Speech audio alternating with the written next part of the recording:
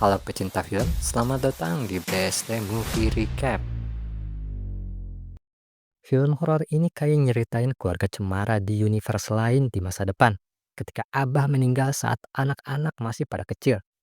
Buat para kaula muda yang masih di kehidupan sebelumnya saat keluarga cemara pertama kali rilis di Indonesia di akhir era 1990-an, keluarga cemara itu nyeritain tentang sebuah keluarga mapan yang menjadi miskin. Abah dulunya seorang pengusaha yang sukses dan kaya raya, namun suatu kejadian usaha membuat Abah menjadi bangkrut dan keluarganya jatuh miskin. Slogan keluarga Cemara yang terkenal adalah harta yang paling berharga adalah keluarga. Namun di film ini, slogan itu hanya impian belaka. Pabrik jahat di film ini bernama PT Gemah Ripah, berdiri sejak tahun 1990. Dan film ini menceritakan belasan tahun kemudian saat karakter utama di film ini sudah dewasa, lagi kesusahan dan bapaknya hilang entah kemana sejak dirinya umur 7 tahun. Kalau di keluarga Cemara anaknya 3 dan perempuan semua. Kalau di Hutang Nyawa anaknya satu cowok dan satu cewek yang punya satu anak laki-laki. Biar lebih jelas, mari kita mulai saja alur cerita film Hutang Nyawa. Diceritakan bahwa Erwina mulai sering mengalami kejadian aneh 1 bulan ke belakang. Hari ini, 9 Februari 2014, saat sedang membersihkan WC, ia melihat lagi lintah di mana-mana dan mendengar suara-suara parau yang memanggil namanya.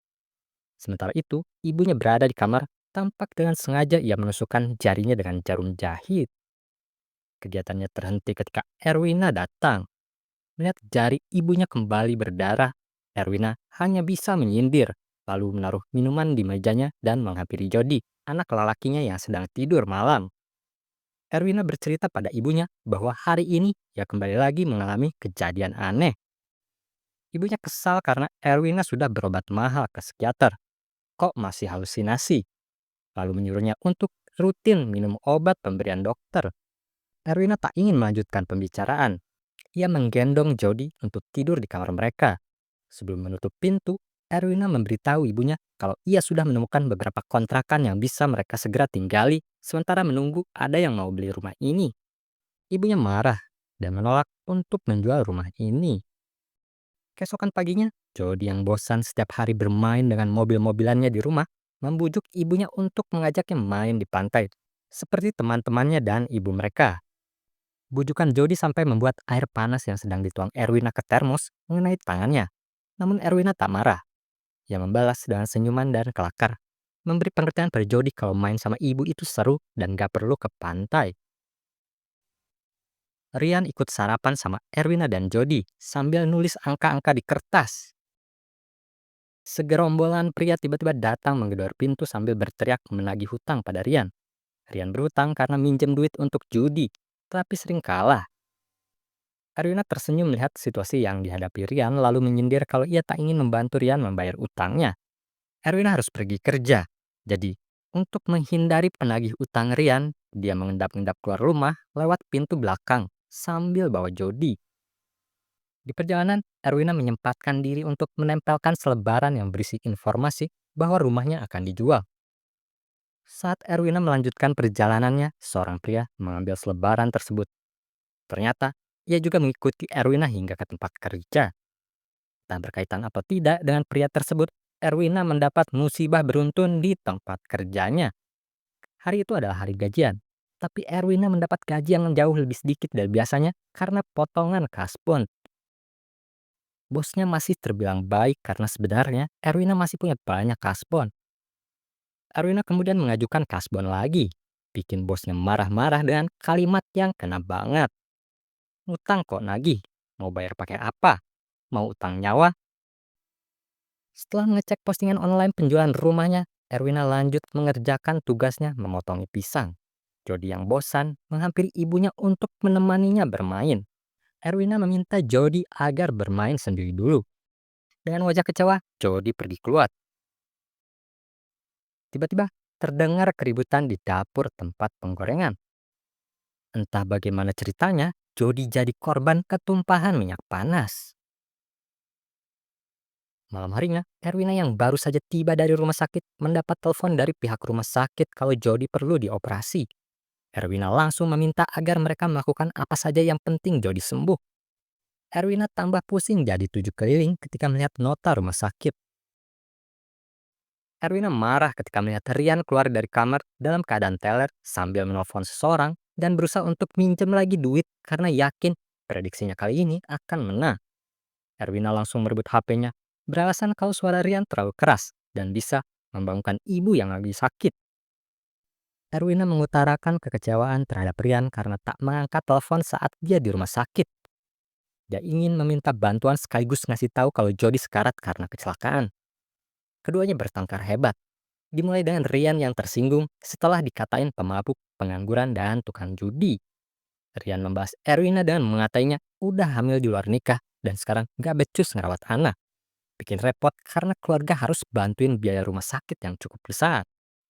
Lagi pusing ditambah sakit hati, Erwina pun nempeleng Rian. Rian seketika langsung sadar dari telernya. Gak senang karena Erwina memancing keributan duluan, lalu sekarang main tangan, Rian membalasnya. Pertengkaran Erwina dan Rian terhenti ketika HP, telepon rumah, jam, dan beker secara beruntun mengeluarkan nada dering. Suasana berubah jadi horor. Keadaan sempat tenang ketika ibu keluar dari kamarnya. Tapi jadi horor lagi saat Erwina menerima telepon dan telepon mengeluarkan suara karau menyebut nama Erwina. Tiba-tiba terdengar suara ketukan di pintu. Erwina segera membukanya. Terlihat seorang pria perlente dengan topi koboi tersenyum sambil merokok. Erwina melongo karena dia tak kenal.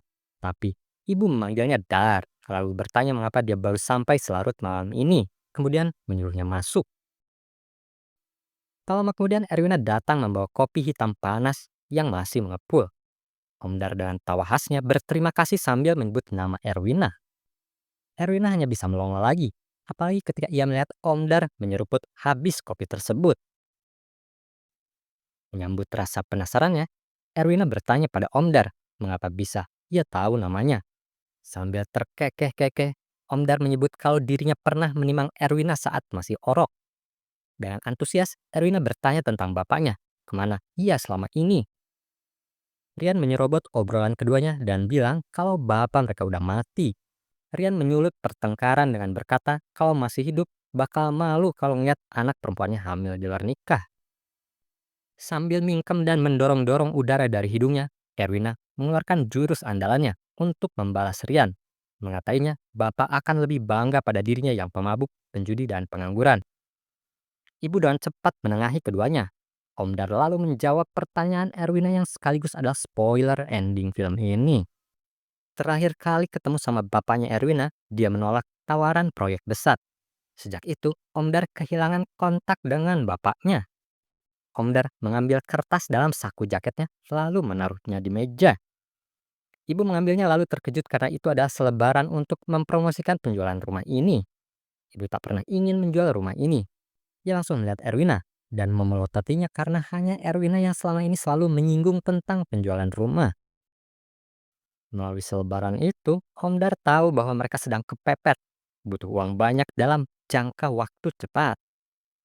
Untuk itu, ia menawari mereka pekerjaan. Sebuah pabrik batik yang sedang menambah cabang membutuhkan pengrajin-pengrajin baru. Ia kemudian mengambil lagi sesuatu dari saku jaketnya. Kali ini amplop berisi segepok uang berwarna merah.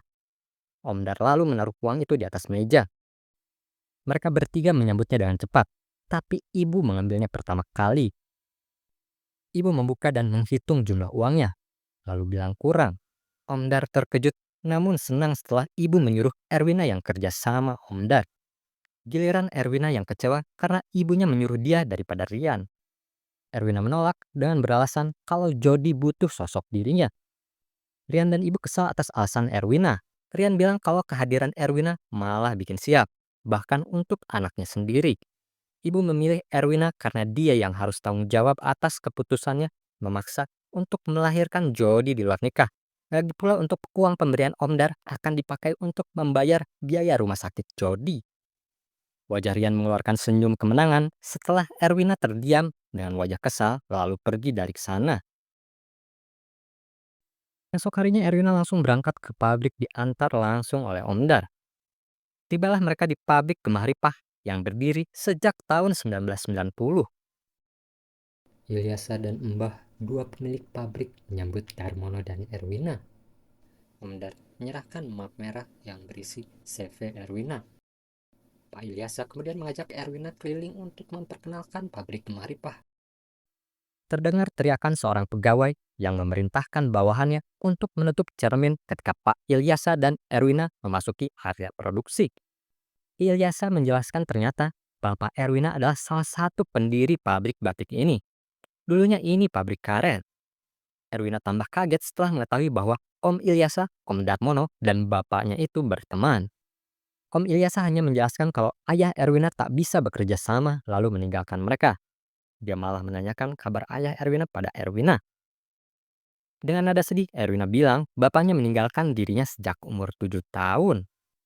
Om Ilyasa menenangkan Erwina dengan bilang sabar, lalu lanjut memberitahu aturan yang paling mendasar di pabrik ini, yaitu wajib menyerahkan handphone. Erwina mau menyerahkan handphonenya ketika Om Ilyasa memberitahu kalau dirinya dekat dengan ibunya dan akan membantu menginformasikan segala perkembangan kondisi Jody, anaknya. Tiba-tiba terdengar suara alat sablon batik yang dihentakkan keras ke meja. Namun, hanya Erwina yang mendengarnya. Perhatian Erwina teralihkan dengan suara musik yang juga tiba-tiba nyala. Om Ilyasa menjelaskan, tak ada lagi yang boleh berada di area produksi dan gudang ketika lagu santai dari Nonaria sudah bersenandung. Erwina pun segera mendatangi kamar mes yang disediakan untuknya. Di dalamnya ada wanita yang sedang menangis, tapi langsung pergi keluar ketika melihat Erwina. Satu lagi sudah tertidur. Erwina mau mandi, tapi nggak jadi. Soalnya, dia ngeliat anaknya lagi digoreng di bak mandi.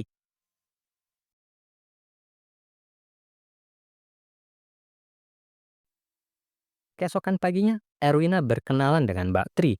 Sekalian menyerahkan seragam dan kunci kamar. Erwina lalu bertanya nama dan teman sekamar mereka yang kemarin malam sudah tertidur. Mbak Tri nggak ngejawab dan langsung pergi. Erwina terkejut ketika melihat tempat tidur ketiga di kamar tersebut karena kasurnya terlipat dan sebenarnya sudah lama tak terpakai. Dalam perjalanan ke pabrik, Erwina kaget lagi ketika Mbak Tri menjelaskan aturan pabrik yang sangat ganjil. Erwina baru tahu kalau ke kamar mandi pun dilarang ketika musik Nonaria sudah berkumandang. Lembur juga dilarang dan masih banyak aturan lain lagi yang ganjil. Dari penjelasan Batis, ternyata semua karyawan pabrik memiliki nasib yang sama. Walaupun berbeda masalah, semuanya membutuhkan uang besar dalam jangka waktu dekat. Pemilik pabrik membantu mereka yang digantikan dengan bekerja untuk mereka. Jika sering melanggar aturan, akan sangat berat untuk keluar dari sini. Ketika jam kerja dimulai, Pak Ilyasa memberi pengumuman mengejutkan. Pabrik sedang memilih karyawan berprestasi untuk dipindahkan ke Tuban, cabang terbaru mereka. Yang terpilih juga akan mendapatkan kenaikan gaji 3 kali lipat. Namun Pak Ilyasa enggan memberitahu kriterianya. Para pekerja senang dan kembali bekerja dengan semangat. Dengan perlahan dan cekatan, para pekerja menempelkan alat sablon batik pada kain. Ketika Erwina meminta tips pada Mbak Tri, cara menyablon yang baik, tak hanya mendengar suara hentakan keras, alat sablon ke meja, kini Erwina melihat pelakunya. Terganggunya konsentrasi Erwina membuat ia tak sengaja menyentuh bagian bawah alat sablon yang panas setelah Mbak Tri memberikan contoh menyablon batik. Erwina berupaya untuk mengadu pada Mbak Tri, orang yang menyablon, dengan cara membanting. Namun, Mbak Tri malah kesal karena tak ada siapapun di meja yang ditunjukkan oleh Erwina. Sore hari telah tiba. Waktunya para pekerja mengumpulkan hasil membatik. Erwina yang masih beres-beres dikejutkan dengan pintu gudang yang tiba-tiba terbuka, memperlihatkan isi ruangan berwarna merah dan mengeluarkan suara parau yang memanggil nama Erwina. Erwina penasaran dan berupaya mengintip. Namun, seorang pekerja pria memanggilnya untuk segera pulang ke mes. Ketika pria itu pergi, pintu gudang tertutup dan tak ada lagi suara itu. Malam harinya Erwina memutuskan untuk kembali rutin makan obat dari psikiater karena merasa peristiwa ganjil yang ia alami semakin sering. Saat berjalan di lorong mes untuk mengambil air minum, hati Erwina merasa tak tenang karena ia merasa sedang diintai. Erwina terkejut ketika melihat air yang ia minum berwarna merah dan ada kepala di galon menyebut kata cermin. Tepat ketika obatnya sudah masuk melewati tenggorokan, muncul sosok mengerikan di hadapannya, membuat ia menumpahkan air dari botol minumnya. Efek obat tampaknya membuat Erwina kehilangan memori malam traumatis itu, lalu tersadarkan kembali setelah ia tak sengaja menumpahkan ember berisi cat sablon batik yang berwarna kemerahan. Mbok Rum mengumumkan kalau waktu produksi telah habis dan saatnya sesi kontrol kualitas. Ketika giliran seorang pekerja yang sedang hamil, Mbok komplain dengan kualitasnya. Mbok memerintahkan ajudannya untuk membawa pekerja tersebut. Wanita hamil itu tampak ketakutan dan memohon-mohon ampunan. Setelah itu, sesi kontrol kualitas berlanjut dan berjalan lancar. Walaupun Mbok mengendus bau-bau mencurigakan adanya siasat yang sedang dilakukan Erwina.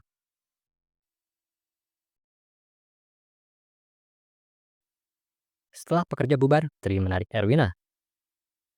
Ia mengungkapkan kekhawatirannya terhadap siasat Erwina. Ternyata Erwina tahu kriteria pemilihan karyawan berprestasi Pak Ilyasah. Oleh karena itu, ia melancarkan strategi untuk meningkatkan jumlah produksi Mbak Tri. Sebagai balasannya, Erwina hanya ingin mendapatkan bonus uang Mbak Tri. Ini merupakan solusi yang sangat menguntungkan bagi kedua-duanya. Erwina nggak mau ketuban karena akan jauh dari Jody. Sedangkan Mbak Tri ingin mutasi ketuban agar bisa lebih dekat dengan keluarganya. Hari demi hari berlalu, strategi Erwina berjalan sukses. Walaupun ada yang menghasilkan batik lebih banyak dari Tri, tapi mereka konsisten secara jumlah dan kualitas. Erwina pun tak lagi mengalami gangguan-gangguan ganjil. Tibalah hari di mana gangguan itu datang kembali.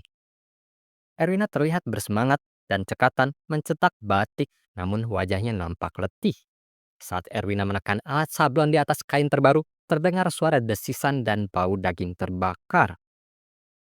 Erwina terkejut karena ia melihat dirinya sedang menekan alat sablon batik yang panas ke tubuh Jody. Mbak Tri melihat tak ada apa-apa di situ, lalu menenangkan Erwina dengan berkata bahwa dirinya kurang istirahat. Di suatu malam saat semuanya sedang tertidur, Erwina bangun lalu mengendap-endap ke area produksi. Ternyata Erwina setiap hari melanggar aturan dengan lembur diam-diam demi menjalankan siasatnya dengan Mbak Tri. Teror kembali datang, dimulai dengan munculnya tetesan darah dari atap ke kain batik yang sedang dikerjakan Erwina. Erwina berteriak terkaget-kaget ketika sebuah kepala jatuh di hadapannya. Kepala itu tiba-tiba hilang, bertepatan dengan munculnya cahaya senter dari pintu masuk area produksi. Lalu, terdengar suara Embok yang memerintahkan ajudannya untuk mengecek area produksi. Tiba di area produksi, Embok semakin yakin bahwa ada pekerja yang melanggar aturan lembur setelah ia mendapati adanya kain batik yang masih basah. Namun, Embok tak menemukan siapa-siapa. Saat Embok dan ajudannya menyisir area produksi lantai 2, Erwina berhasil menyelinap ke ruang kantor area produksi. Di sana ia melihat ada foto bapak di antara semua figura di dinding kantor. Rasa rindunya terhadap bapak berubah jadi panik saat muncul dering telepon kantor. Setelah mengangkat lalu menutupnya, Erwina teringat dengan handphone miliknya yang ditahan oleh Pak Ilyasa. Erwina berhasil menemukan HP-nya di laci kantor, lalu segera mengontak ibunya. Bukannya muncul sinyal atau tanda tersambung ke ibu di layar HP-nya, yang muncul malah makhluk mengerikan. Seorang wanita yang Erwina kira adalah Iren menghampirinya dengan perut yang terbuka mengalir darah segar. Di ujung rasa takutnya, tiba-tiba Erwina mendapati dirinya berbaring terlentang di kamar mesnya dengan Mbak Tri yang sedang merapikan tempat tidur. Erwina kebingungan berusaha memahami peristiwa kemarin malam itu, mimpi atau bukan. Ia terbangun hanya mengenakan kaos coklat, dan kardigan yang ia pakai untuk lembur kemarin malam pun masih tergantung di tempat biasa. Ternyata teror nggak ngasih Erwina napas. Erwina merasa ada sesuatu yang bergerak menggerayangi kakinya di balik selimut. Ketika dibuka, Erwina berteriak ketakutan karena ada banyak sekali lintah di kakinya. Mbak Tri ternyata melihatnya juga, lalu segera menaburkan garam. Mbak Tri yang sedang heran mengapa ada lintah sebanyak itu, segera pergi keluar kamar setelah mendengar penghuni mes lain ribut-ribut di lorong. Setibanya di luar, penghuni mes lain memberitahu ada banyak sekali lintah di langit-langit lorong. Salah satunya jatuh menempel di mata Mbak Tri. Semuanya kebingungan karena garam sudah pada habis. Tiba-tiba datang petugas kebersihan. Dengan tenangnya, ia mencabut lintah di mata Mbak Tri. Mbak Tri mengerang kesakitan dan malah memarahi Erwina. Seperti ibu dan Rian, Mbak Tri melabeli Erwina sebagai pembawa sial. Hari pengumuman karyawan berprestasi telah tiba. Om Ilyasa memilih Tri sebagai pemenangnya. Ternyata Om Ilyasa memilih satu lagi karyawan berprestasi untuk mendapatkan bonus uang tambahan, yaitu Erwina. Om Ilyasa berbisik pada Erwina agar taat peraturan dan menjadi contoh yang baik. Sementara Mbok Rum memerintahkan Mbak Tri untuk ikut dengannya. Yang lain diperintahkan untuk kembali bekerja. Selesai produksi hari itu, Erwina menghampiri Awang yang sedang merokok. Erwina segera meminta rokok pada Awang lalu mereka berbincang seputar pemilihan karyawan berprestasi. Awang tidak iri dan memberi selamat pada Erwina dan Tri. Awang tahu siasat yang mereka lakukan, tapi berjanji bahwa rahasia mereka aman. Awang juga ingin pergi dari pabrik itu, tapi nggak mau pulang ke rumah. Awang pergi tanpa menjelaskan alasannya.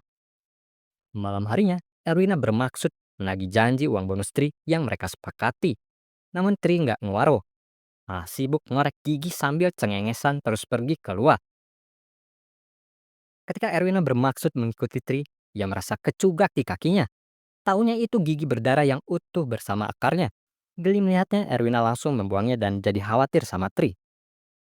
Erwina melihat Tri masuk ke WC. Ia semakin khawatir mendengar Tri yang berteriak kesakitan, korekan gigi yang semakin keras, diikuti tawa cekikikan. Erwina mengetuk pintu WC kencang-kencang, berusaha masuk karena khawatir. Tak kunjung dibuka, Erwina mengintip dari lubang pintu. Roh Erwina sempat kabur sebentar ketika yang muncul malah sosok mengerikan dan bertiap pangilon. Baru saja rohnya kembali, Tri membuka pintu WC dengan santainya dan keheranan melihat Erwina yang pelangap-pelongo. Bukannya kembali ke mes, Tri malah pergi ke arah lain. Erwina masih ngikutin Tri karena ingin lagi duit.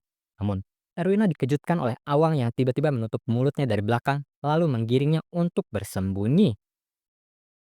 Erwina risih dengan kelakuan ganjil Awang dan sempat menuduh kalau dirinya nggak terima sama keputusan Pak Ilyas menenangkan Tri. Awang kemudian memberikan informasi yang mengejutkan Erwina. Ia sedang menginvestigasi kemana Mbok Rum dan para ajudannya akan membawa Tri. Ia curiga kalau mutasi ketubang itu bohong, karena sebelumnya teman Awang tiba-tiba hilang gak ada kabar tepat setelah pengumuman pemenang bulan lalu. Setiap sebulan sekali, setiap Kliwon selalu ada pegawai baru keesokan harinya setelah pengumuman pemenang. Erwina kesal lalu memukul perut Awang karena tak membantu mereka atau pergi keluar mencari bantuan. Awang jujur kalau ia takut dan masih ingin hidup. Erwina berkata pengecut, lalu pergi mengejar Tri. Awang mengikutinya dari belakang. Selama beberapa saat menyusuri hutan, Erwina baru sadar kalau mereka hanya berputar-putar seakan-akan hutan tak mengizinkan mereka sampai tujuan. Saat Awang ngajak Erwina balik lagi ke mes, tiba-tiba muncul sosok bapak Erwina menggerakkan tangan memberikan arah.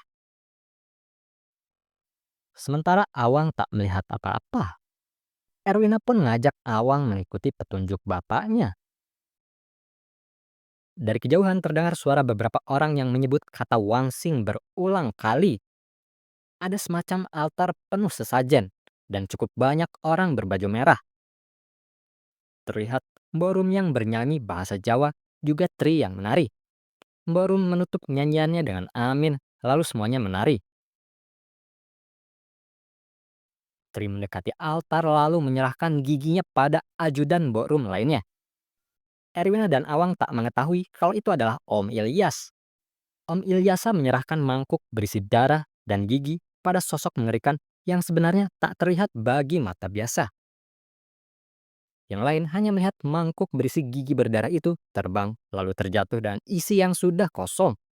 Ritual semakin mengerikan dengan Tri yang melayang lalu lehernya digorok dari belakang oleh Mbok Rum. Setelah itu Mbok Rum menyayat telapak tangannya dengan pisau lalu menulis simbol aneh pada cermin dengan darahnya.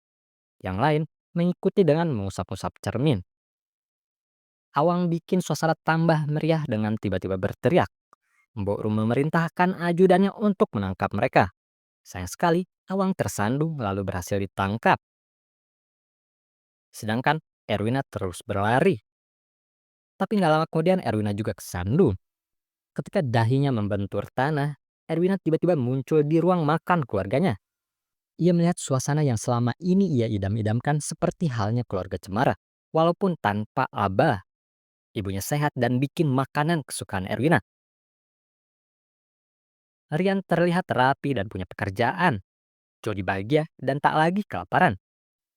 Ibu bilang semua ini bisa terjadi kalau Erwina mau tinggal di pabrik. Suasana seketika berubah saat Erwina tak menjawab. Rian menghilang. Jody membentur-bentur kepalanya lalu menghilang juga. Tersisa ibunya yang memotong makanan sambil tersenyum kemudian menyindir. Menyebut Erwina anak durhaka. Ibunya semakin menjadi-jadi. Mengeluarkan jurus agar Erwina merasa bersalah. Sambil merayap mendekati Erwina, ibunya menuduh Erwina sengaja mencelakai Jody. Ia memaksa Erwina agar mau terus tinggal di pabrik. Erwina murka, meraih garpu di meja makan lalu menusuk ke leher ibunya yang tiba-tiba berubah mengerikan. Ibunya tergeletak jatuh bersimbah darah. Seketika, tubuh Erwina berpindah kembali ke hutan. Ia tambah terkejut lagi ketika melihat garpunya telah berubah menjadi gunting. Dan yang tergeletak bersimbah darah bukan ibunya melainkan Mbok Rum. Erwina memutuskan untuk pergi ke kantor produksi berupaya mencari HP miliknya. Niatnya terhenti ketika melihat Tri yang berjalan menghampirinya dengan leher tersayat. Erwina segera memangkunya, mengira itu adalah Tri yang sedang sekarat merekam nyawa. Tiba-tiba Tri tertawa lalu berkata suwe. Dan seseorang memukul kepala belakang Erwina. Erwina terbangun kesakitan di ruang kantor produksi bersama Om Ilyas yang berusaha menelpon seseorang dan tampak panik. Melihat Erwina sudah terbangun, ia menghampirinya. Erwina memerintahkan Om Ilyas jangan mendekatinya. Om Ilyas berupaya menenangkan Erwina dengan mengatakan bahwa dirinya menemukan Erwina sedang tergeletak di depan kantor. Menutupi rasa paniknya, Om Ilyas menjelaskan bahwa biasanya situasi seperti ini Mbok Rum yang mengurus. Om Ilyasa lanjut menawarkan untuk mengantar Erwina ke dokter. Erwina teringat dengan Mbok Rum yang berada di hutan, lalu mengajak Om Ilyasa menyelamatkan Tri. Om Ilyasa kembali menenangkan Erwina dengan menjelaskan bahwa Tri dan Mbok Rum sudah berangkat duluan ke pabrik baru. Tapi Erwina yakin kalau dirinya melihat Tri ada di hutan. Om Ilyasa bilang kalau Erwina sedang kelelahan karena bekerja terlalu keras sehingga salah ingatan.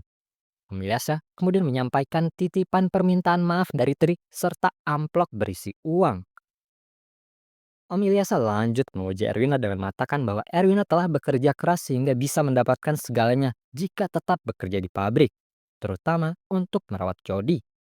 Saat tangan Om Ilyasa semakin gencar merabat tangan Erwina, Erwina melihat ada luka sayatan di telapak tangan Om Ilyasa. Teringat aksi Mbok Rum yang menyayat telapak tangannya di hutan, Erwina mendorong Om Ilyasa hingga tersungkur ke lemari dan menjatuhkan kain yang menutupi cermin. Terlihat dalam cermin sosok mayat Bapak Erwina yang menunjuk Om Ilyas sembari mengucapkan pembunuh. Erwina sempat berusaha untuk menginterogasi Om Ilyas tentang ritual apa yang sebenarnya mereka lakukan. Namun Om Ilyas tetap berkilah, membuat Erwina kesal lalu menyerangnya. Singkat cerita pertarungan mereka berakhir dan Erwina yang berhasil menancapkan gunting ke mata Om Ilyasa. Erwina lanjut menginterogasi Om Ilyasa tentang ritual yang mereka lakukan. Om Ilyasa berkata bahwa Erwina sebaiknya pasrah saja karena Mbok Rum sudah datang. Erwina mengatakan yang sebenarnya bahwa ia telah membunuh Mbok Rum di hutan. Mendengar itu, Om Ilyasa panik dan marah, mengatai Erwina sebagai pembawa sial. Mbok Rum adalah kunci agar semua orang di sini tidak tewas. Erwina semakin bingung ketika Om Ilyasa memohon agar menutupi cermin dengan kain. Namun semua sudah terlambat. Makhluk yang dimaksud Om Ilyasa telah datang. Ternyata mayat-mayat yang telah dibunuh Om Ilyasa dan antek-anteknya bangkit lewat cermin. Lalu mereka menarik Om Ilyasa masuk. Suasana kembali tenang lalu Erwina pergi dari sana.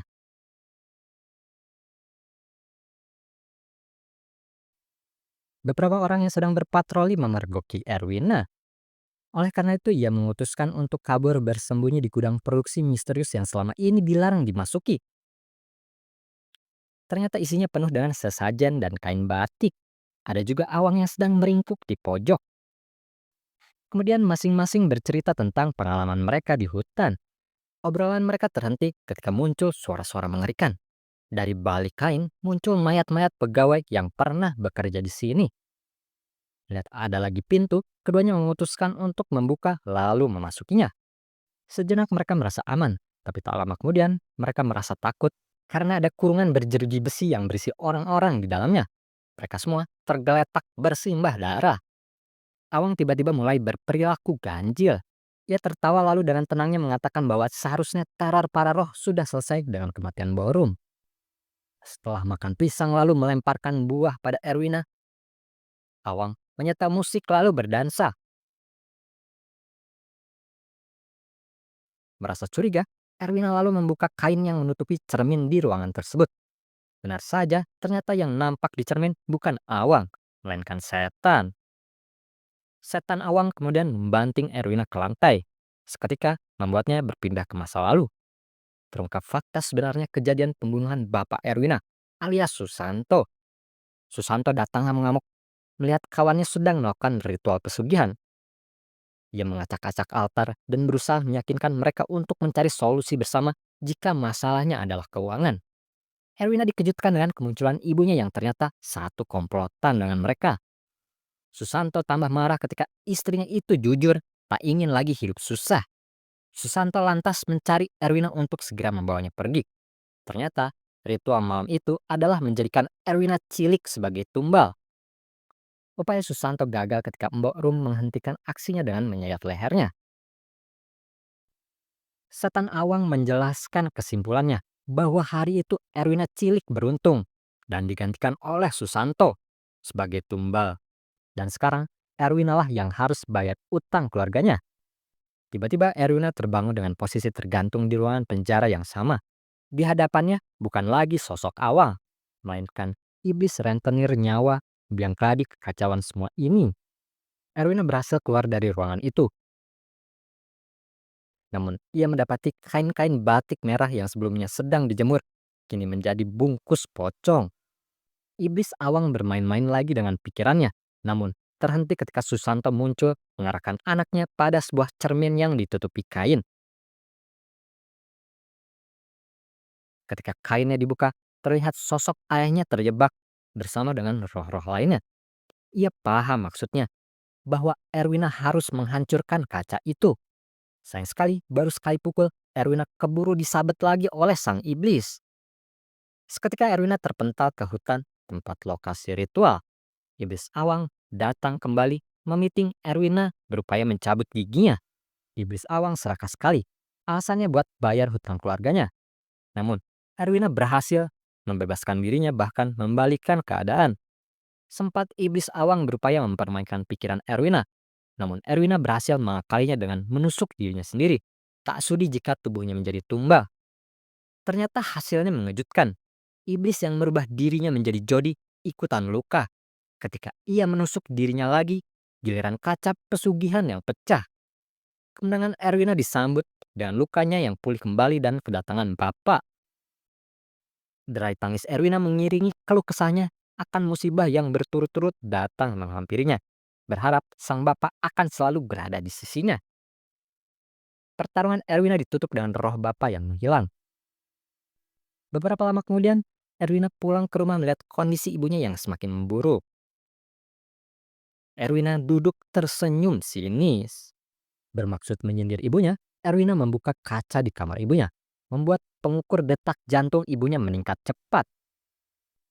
Erwina meninggalkan begitu saja ibunya dengan pergelangan tangan dan gunting yang berdarah. Jody yang sudah sehat dan berniat membawakan makanan untuk neneknya, terkejut melihat ibunya yang sudah kembali hingga menumpahkan semuanya. Film ini ditutup dengan Erwina yang mengajak Jody untuk pergi bersamanya. Adegan post kredit menunjukkan aksi Om Darmono sebagai sales iblis lintah darat yang menawarkan sepasang suami istri perjanjian misterius yang menggiurkan.